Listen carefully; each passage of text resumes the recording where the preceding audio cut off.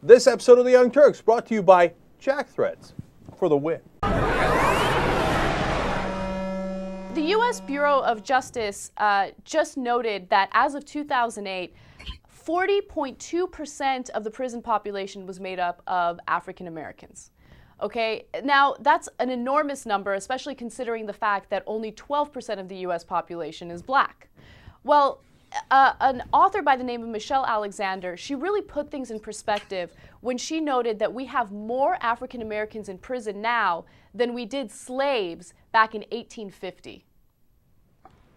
Now, of course, that's a little apples and oranges to say the least, because we have such a different amount of population overall in aggregate in the country back then. So everybody gets that. But at the same time, it's a number that does give you a jolt where you're like, whoa, that's amazing. And why?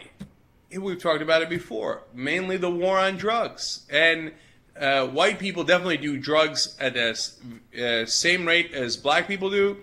But the amount of times that black people are incarcerated for it is dramatically different. You know, there's some people who say, and, you know, we'd have to really dive into the numbers here to see the amount of white people versus the amount of black people who sell drugs. Of course, it's a different category.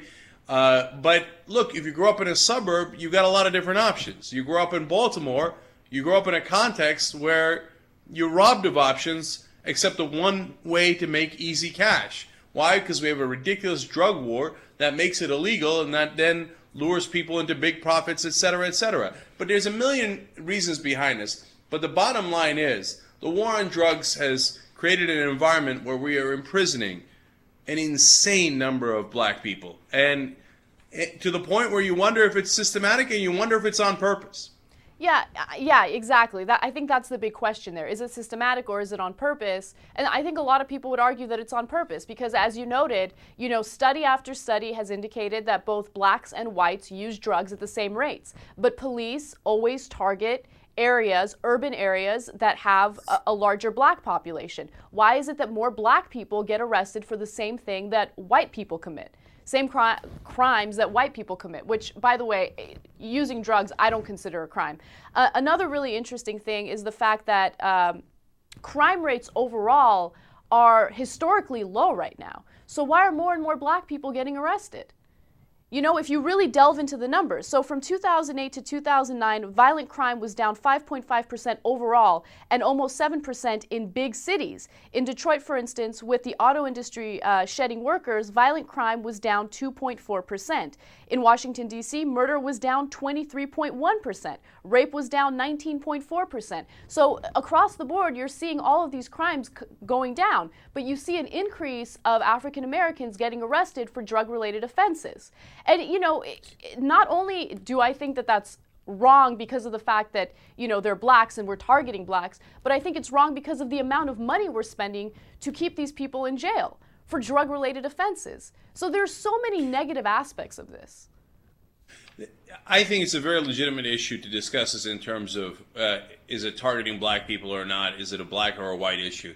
But you have to also consider the other aspect of this, which is financial. And and when you look at it, for example, there's a guy in Montana that we talked about recently, got pulled over for passing his bong inside a car, which he shouldn't have done. But he faces a life sentence and a $50,000 fine. Now, is he going to get that? We don't know. He hasn't gone through the whole process yet. But even the fact that he's facing that is so unbelievable, and it happens to people all throughout the country. But meanwhile, rich people get away with it all the time. Former President George W. Bush, accused of doing much harder drugs than just pot. Then President Obama, you know, is admitted to doing pot, and I believe admitted to doing cocaine. But they're rich, powerful in the establishment, so there are no consequences. Republican governor of Indiana, Mitch Daniels, just admitted he was caught with 2 or 3 shoe boxes full of pot and LSD, I believe. Yeah, it was pot and LSD. And at the time, he paid a small fine. He was going to Princeton. See, kids going to Princeton, they don't get punished. You get caught with that same amount of drugs in the Bronx, and you're in a world of trouble. And a lot of that has to do with rich people get away with everything, and the society feels like it's okay to take it out on the poor.